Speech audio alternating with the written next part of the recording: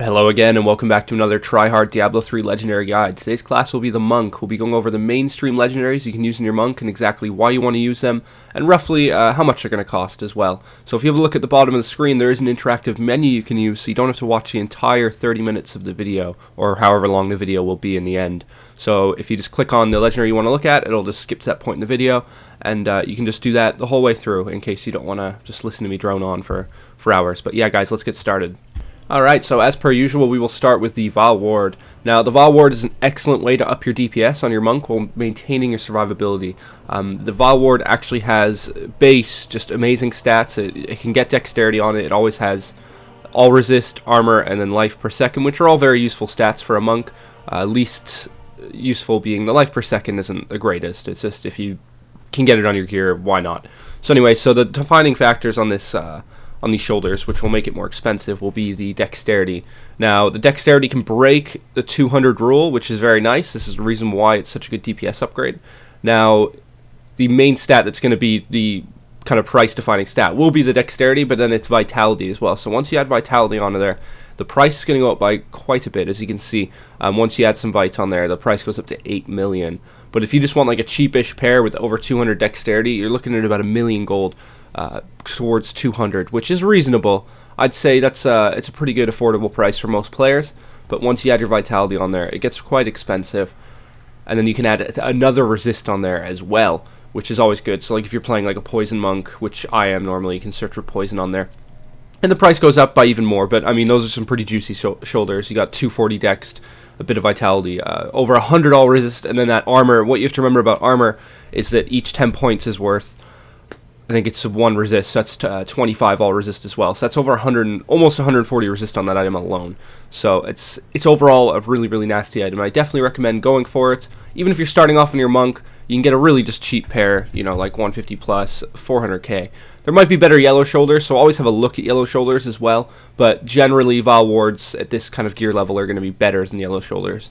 It's mainly the Barbarian that the yellows are better for. But there could be one for your Monk, so have a look before you buy your Vile Ward. But I'd probably say the Vile Ward is going to be better. Okay, so the Lucuni Prowlers are an excellent way to maintain your mobility on your character with the movement speed and maintain your high DPS with attack speed and possibly critical hit chance on there. Now, these always have attack speed and movement speed on them. The other stats are completely they have just complete variations of everything pretty much because there's quite a few random modifiers on there. Now, obviously, you're going to want dexterity on there, so you have to search for that separately because they can roll without dexterity. And then whatever you want on top of there, like all resist vitality, adds pretty high cost on there, but only if you have critical hit chance on there. So critical hit chance is the main defining factor on these items. Reason being is it's an option to roll critical hit chance. So critical hit chance plus attack speed on these is a very, very good combination for your DPS. Now, I like these for monks because you can get another stat, like another resist, and it generally doesn't increase the price of an item. So if you're using one of everything for your all resists to balance out, then these are excellent because normally, let's say these had 70 dexterity and then 30 all resist instead of cold resist. These would be a lot more expensive than 4,500. We're looking at triple the price. So, if you want a bit of resist on there without using all resist, using your one of everything resist, then you're looking at keeping it a lot cheaper with that resist included, which is absolutely excellent. Now, these are also good for monks because you can roll both resists on them. Oh no, you can't. I thought you could. Okay, I'm lying to you guys. You can't roll both resists on them, apparently, with critical hit chance. But I know for a fact you can get vitality on there as well, maintaining your survivability. So an ideal pair of these would be towards, 6% critical hit chance, perfect attack speed, dexterity, vitality, all resist. But, that's going to cost you a shitload. So let's not even talk about that. But, if you want a good pair of these, just with critical hit chance, you're looking at 4 million. Well, 4 million and a half, which I'd say is a reasonable cost considering how much DPS they give you. You would not understand, you would not start to believe like how much the attack speed increases your DPS. You should just link these into trade chat and check them out on your character because it's normally generally like a 10k DPS increase or something, which is I'd say is absolutely worthwhile in the investment. But it's up to you guys. It's up to your budgets and things like that. But I definitely look into the Lucuni Prowlers. Now, the same as the Lucuni Prowlers, the Witching Hour is absolutely just amazing in terms of DPS and just, keeping up a really, really high DPS in your character and maintaining a bit of survivability as well if you have the gold for it. Now, obviously these always have attack speed and critical hit damage, which is the main DPS increase, since other belts, I think the most you can get on your other belts would be like 1% critical hit chance on some of the various set belts. But yeah, this has attack speed and critical hit damage. Now the cost, again, like the Kuni Prowlers, isn't a very, very low budget. It can get kind of high. With dexterity, the base cost is about 10 million. And as you increase the dexterity, you know, the cost gets higher and higher, and as you add more stats, it just continues to skyrocket. But you can get all resist and vitality on there, which is what I like about this belt, because you can maintain your survivability stats while maintaining a good DPS value as well. So I definitely recommend going for these eventually, because it's just absolutely amazing.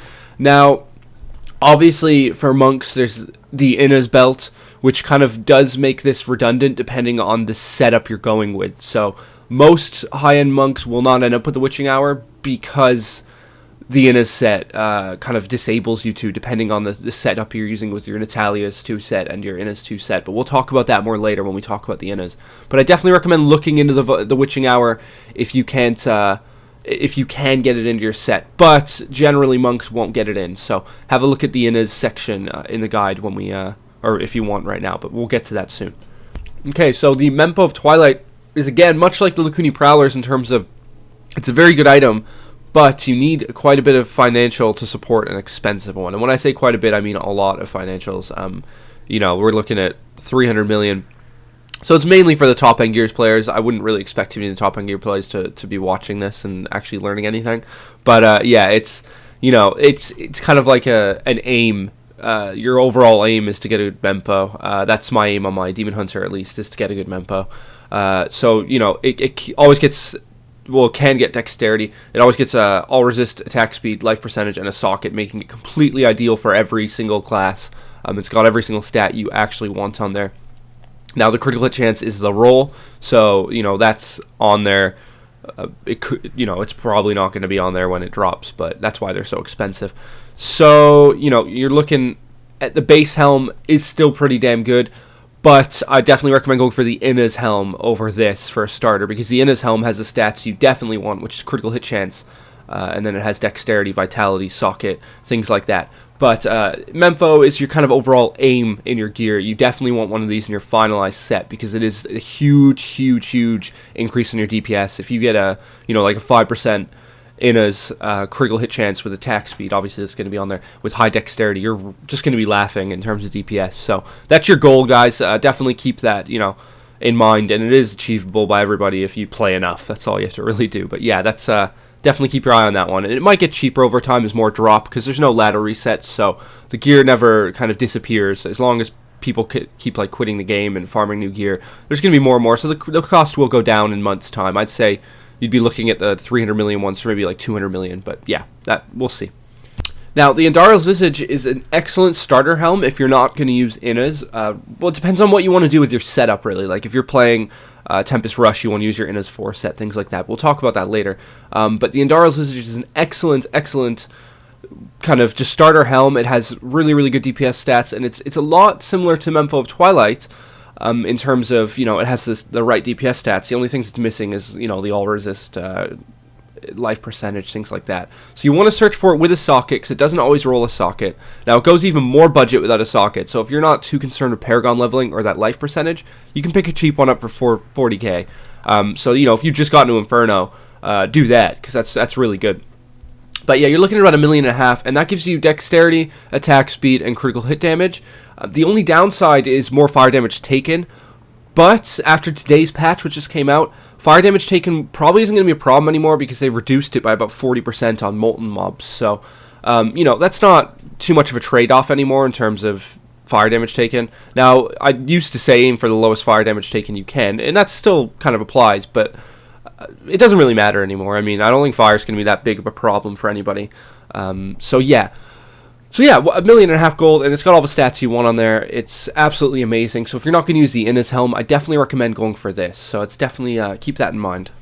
Alright guys, so moving on to the Echoing Fury. Now this is a very mainstream legendary, and mostly everybody knows about it, but there are a few kind of tricks you can do to make it a bit cheaper than it is. So let's actually look at the item just as a whole. It can roll a variation of different stats on there. It can get any main DPS stat. It can get a socket. It can get critical hit chance. It can get life steal, things like that. So it has extreme potential. Now, the reason this costs so much, this item, is because of how many different things it can roll in different variations. The price can vary like crazy, determining on the DPS it gets, if it gets a socket with different stats, if it gets a certain amount of things, and it's very limited in terms of, like, you can't get everything good on there at once. Like, you won't get, like, critical hit chance, dexterity, open socket, things like that. Like, you can't have, like, the perfect item on there. You can only have, like, set variations of it, so you can't get socket, crit damage, and lifesteal. You can only get crit damage, socket, and dexterity, or things like that. So it's very, you can't get those either. So it's just, the cost of this can be insane. Let's put it that way. Now, in terms of what you want to get for your gear setup, if you're using lifesteal, obviously go for lifesteal. I'd always recommend going for dexterity on there, but check the prices without dexterity as well before you buy your item. Now, obviously, the dream would be to have critical hit damage and a socket. That's, what everybody wants on their item, but, that's not for everybody's budget. Let's search a 10 million, see what that'll get us. It's probably not going to get us much. See, like, that's not going to get us a great one on there. It's going to get us 10 million. It's going to get us 874 DPS, which is pretty garbage, in my opinion. So, the thing you can do, obviously, you have to remember, when a socket is added onto an item, the price, like, quadruples. It goes up by so much because the socket adds in, the value of 110% critical hit damage potential. So without critical hit damage on there, or without the socket, the price, as you can see, okay, so for, with a socket on there, 10 million gold would only get us 800 DPS. Now it gets us a 1200 DPS item. So when you get rid of that socket, that's a really good item. Now the way you have to look at this is, most people here listening to this guide are going to be able to maybe afford 100% gem eventually. 110% is a bit way out there because they're about 100 million gold each. So the way you have to look at this is, okay, so if I had a socket instead of that, let's actually have a look at what the price goes to. Yeah, as you can see, we lose 100 DPS off of the item when we add the socket on. But we have a potential of 31% more critical hit damage on there because, as you can see, that can have up to 110%. We'll say 100% for argument's sake, and this one has 57%. So sorry, that's a 43% difference on there. So we'd be losing 43% potential on critical hit damage, but we'd be gaining roughly almost up to 100 DPS on the value of the item. Now, what you have to factor in is the potentially 100% DPS or 100% critical hit damage going to outweigh the 57 crit damage with the extra DPS on the item. So before you buy your item, check without a socket and factor in if the critical hit damage on the item with the higher DPS is going to outweigh the potential critical hit damage you can get on there with the gem on the lower DPS item. It sounds a bit confusing, but when you actually look at both items on your character, this one could potentially be way better than the one with 100% critical hit potential because of the overall weapon DPS on that. So that is a way of looking at it, and that can save you a lot. There's no shame in not getting a socket in your item if that item is going to value higher DPS. It's kind of similar to my Manticore on my Demon Hunter. The same value applies to factoring in the DPS in your weapon. So have a look around before you buy this item. There's a variation of different things you can do, like the socket to critical hit kind of battle. And then, the other, anyways, we'll talk about other stats on there. You can get life steal on there. But I wouldn't recommend going for lifesteal unless you're above 100k DPS on your character, maybe even more. So as you can see, that's still a pretty good item, but you're gonna want to get some good. You're gonna want to have some crazy DPS on there to make that worthwhile. But yeah, let's talk about the next mainstream legendary weapon for the monk. Now this one is the Wan Kim Lao, if that's how you say it. But this weapon is really interesting, and it's probably one of the most unique weapons in the game. Reason being is it adds lightning damage and adds lightning skill damage. So your Fists of Thunder damage is increased, and I think your Cyclone damage is increased as well. Don't quote me on that. I haven't played my monk in a while, but anyways, so this item is just potentially really good, and it has attack speed on there as well, which I find attack speed on a monk very, very important in terms of, if you're using life on hit. Just generally, I find it just really good for mobility and things like that.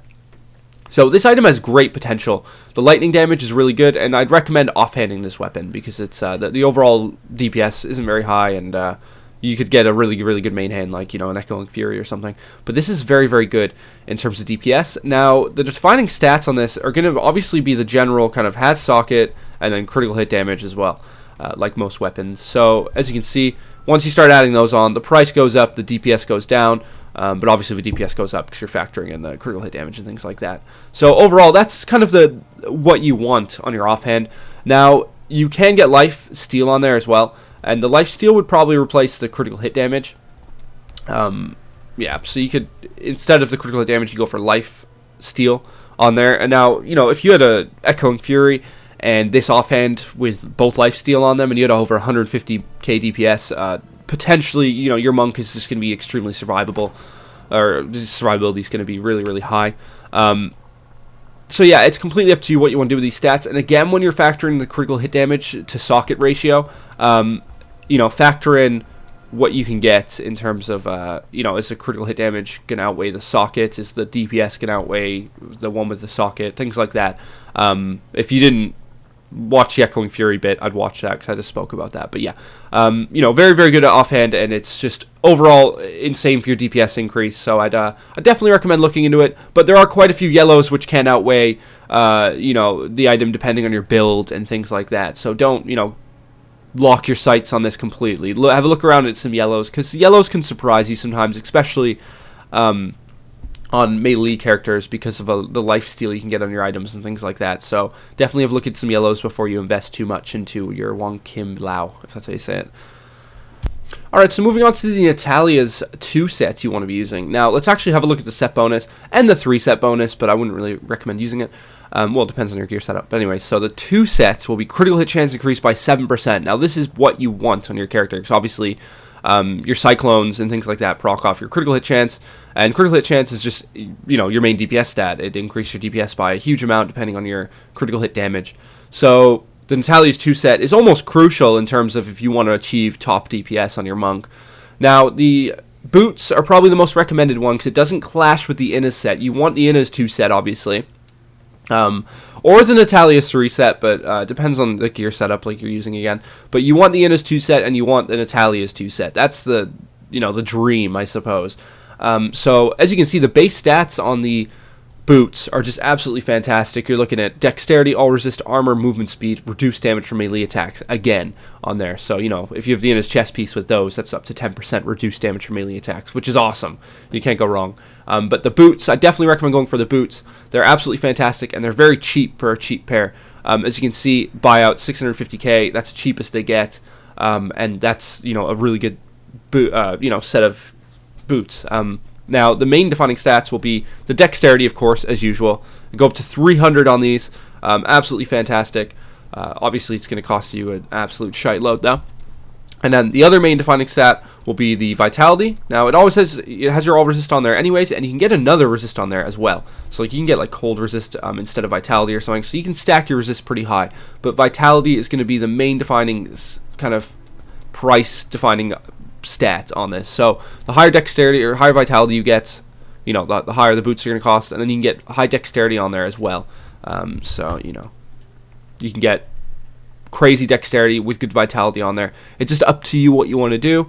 But I'd recommend just getting a cheap pair if you're starting off, and then aim for more vitality as you go, because obviously you want to maintain your vitality on your gear.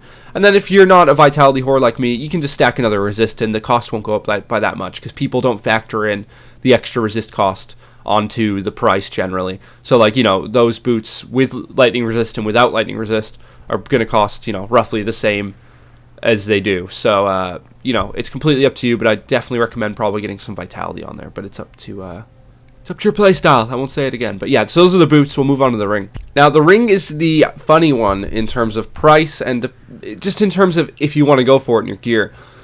Now, the dilemma with the ring is it doesn't roll critical hit chance, and when you do add critical hit chance, the price goes up by a lot. Okay, so we're looking at 40 million with critical hit chance, and that critical hit chance isn't high. But what you have to remember is when you equip that ring with that 3.5 critical hit chance, and you're going for your 2 set, you're gaining 10% critical hit chance. So that investment alone is worth it, because 10% critical hit chance on a ring is good. Now, the way you have to look at it is if you can find a yellow ring with 6% critical hit chance with attack speed and dexterity on there, you are only missing out on 4% critical hit chance than you would with the cheapest Natalia's ring. So if you can get a yellow ring with these stats, it's absolutely way cheaper, and that's going to increase your DPS by almost the same amount, minus 4% critical hit chance, but it's going to cost you 2 million instead of 30, 40 million. So it's up to you guys what you want to do with your budget, really. Now, the other thing you have to remember is if you get a Natalia's Reflection without critical hit chance, when you equip that ring and you're getting your 2 set, you're getting 7% critical hit chance. So that ring is, better than the yellow ring with 6% critical hit chance. So that's, you just kind of factor that in. So on that, you're getting maximum damage, dexterity, 7% critical hit chance, and then attack speed instead of a yellow ring, which was 6% critical hit chance for 2 million. So overall, you are actually saving gold getting one without the critical hit chance. But, obviously the goal is to get it with crit chance because that's going to increase your DPS by retarded amounts. Now, the ring itself can roll a variation of just different stats. It doesn't have many set stats on there, so you're free to play with, average damage. You can add on there.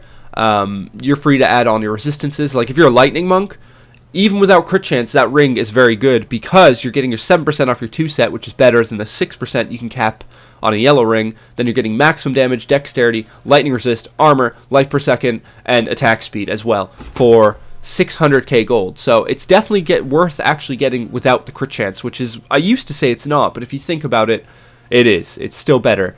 But it's up to you. Overall, obviously, the dream is this. That's when I'm done Paragon leveling and I can replace my Lyric Signet, this is what I will be getting on my Demon Hunter because, in terms of DPS increase, it's going to be awesome because I'm going to get the 3 set then, which is 130 dexterity.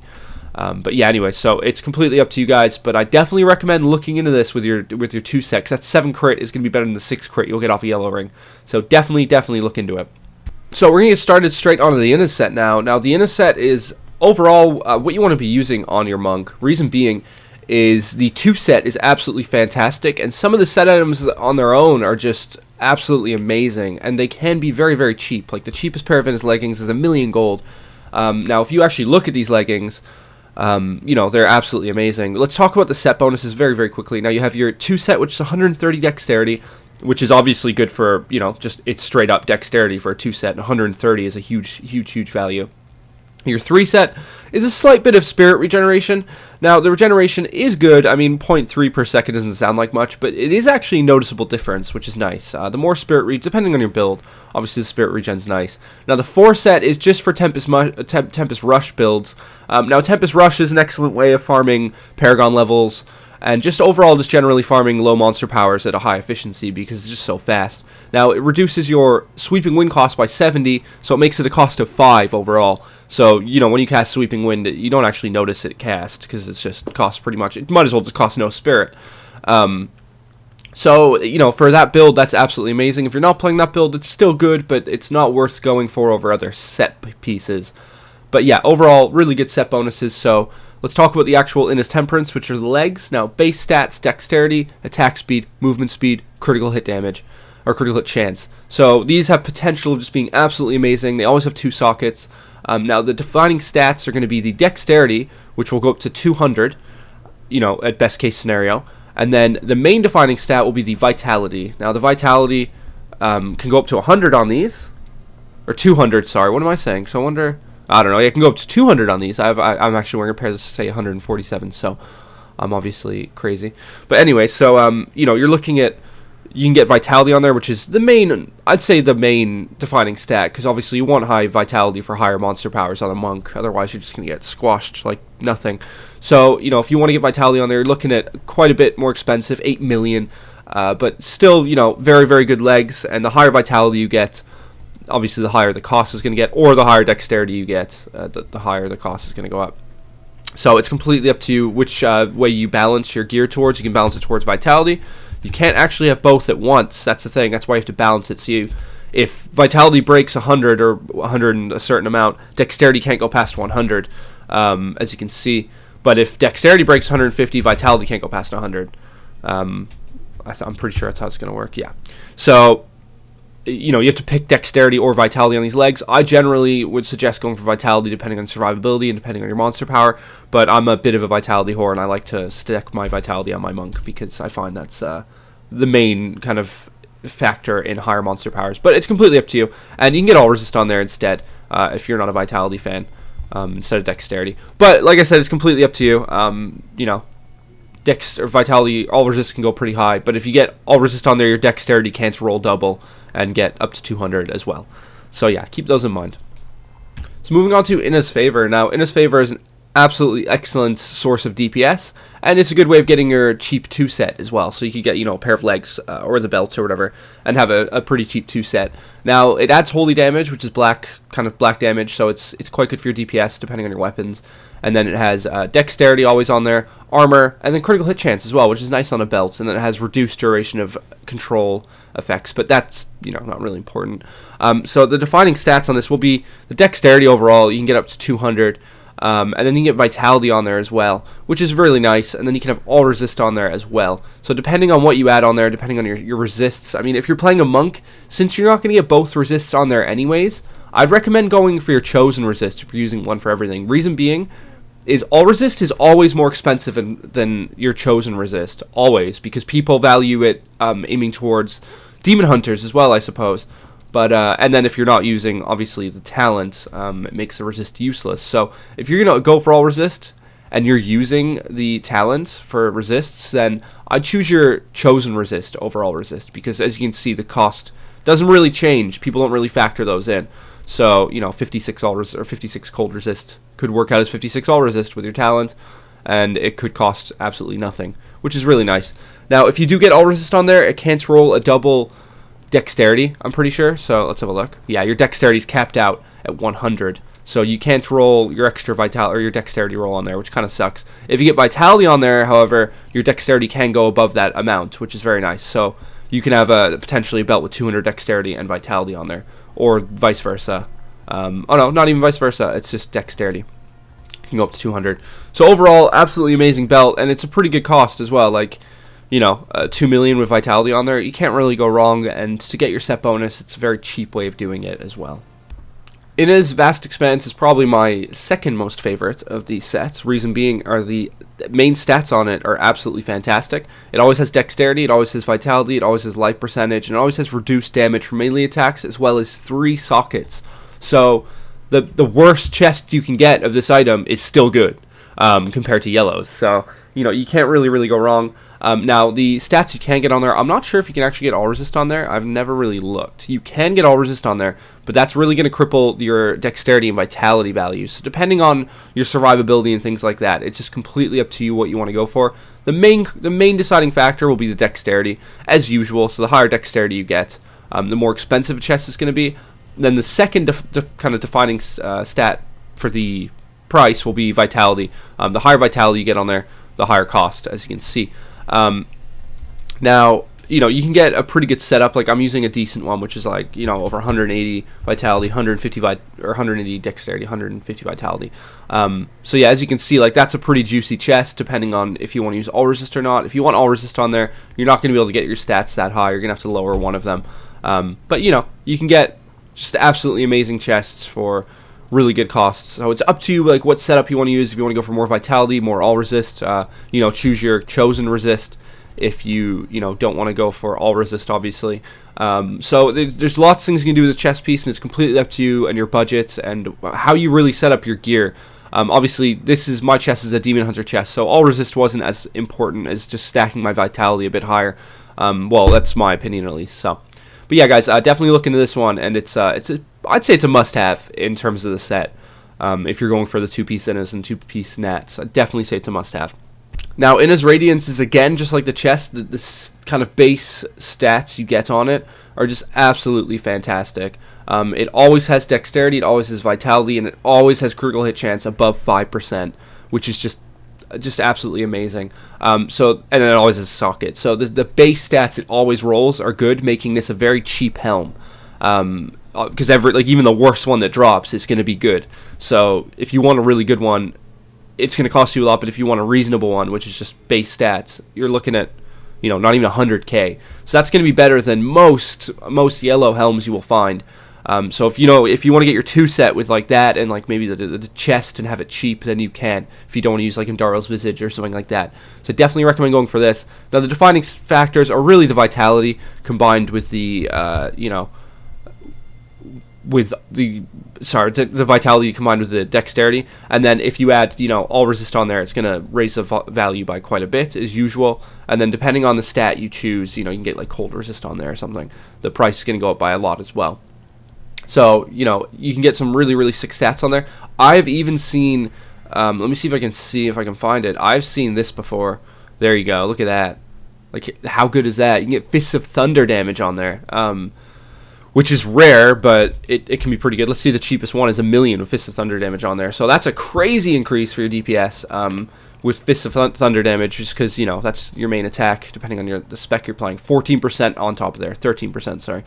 So yeah, anyways, that's fantastic helm, and I definitely recommend it for starters, and just generally, obviously, if you're using your 4 set, this is a must-have. And yeah, just definitely look into this one and definitely buy it because it's fantastic. Rightio, guys, that completely wraps it up for today's Monk Legendary Guide. Now, obviously, the Monk Guide hasn't been as long as the other Legendary Guides. Reason being is Monks don't actually have as many Legendaries available as most other classes. Not available, just Monks actually surprisingly do really well with lots of yellow items, and it's just kind of nature behind yellow items. There's lots of good options you can go for. Anyways, it doesn't really matter. Lots of guides coming out this week. You got the crafting guide, the 1.0.7 crafting guide coming out on Thursday/Friday. So please watch out for that. Probably Friday actually. But yeah, so there's that. I got my gonna start working on my Demon Hunter PvP guide today. I'm gonna get right in there. I haven't actually played the patch yet. I woke up and did this, so looking forward to doing that. That should be fun. And then next week I'm going to hit it off with the Wizard Legendary Guide. And I haven't decided what my later on the week kind of guide is going to be, but we'll get there when we get there. And yeah, so overall, just thank you for watching, guys. I really appreciate you subscribing and liking the videos. And I always read your comments. I do try my best to get back to the comments, but it's not always easy because there's a lot of comments. But I do try my best. So when you guys comment, it warms my heart. Thank you. But yeah, and the live stream, I keep meaning to start it up, but I've been really busy. And when I live stream, I just kind of want to live stream like a really good schedule and come on like all the time and be consistent. I really hate being inconsistent, just logging on like once in a while. It's not really my style. I like to be consistent with things. So yeah, but yeah, guys, thank you very, very much for watching. And if you click on the screen, there's another guide you can look at right there. And oh yeah, also the other thing I wanted to do is PvP legendary guides, because there's going to be lots of PvP items that you want to use for your characters and things like that. But that's another story. We'll get to that soon. But yeah, guys, thanks for watching. I will see you later. Bye-bye.